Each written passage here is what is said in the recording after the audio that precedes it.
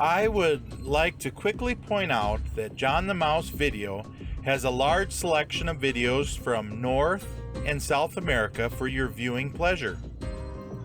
Don't forget to hit the subscribe button. Now let's get into the cheese of the matter.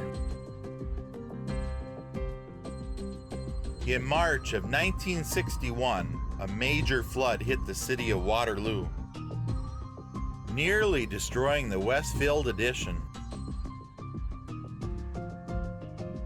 With the aid of federal funding, the city began rebuilding the devastated community, strengthening flood control systems and investing in urban redevelopment.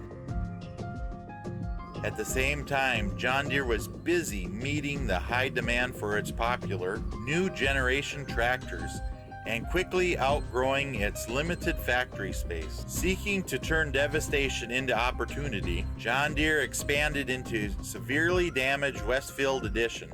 After purchasing the land in 1967, John Deere began a multiple of urban renew projects, including building a state-of-the-art foundry and straightening Blackhawk Creek. As a result of these projects, John Deere's factory space doubled in size, from just over 3 million square feet to nearly 7 million. John the Mouse Travel Map is available for Google Maps. It will help plan your route to the locations of your favorite videos. It is free to use.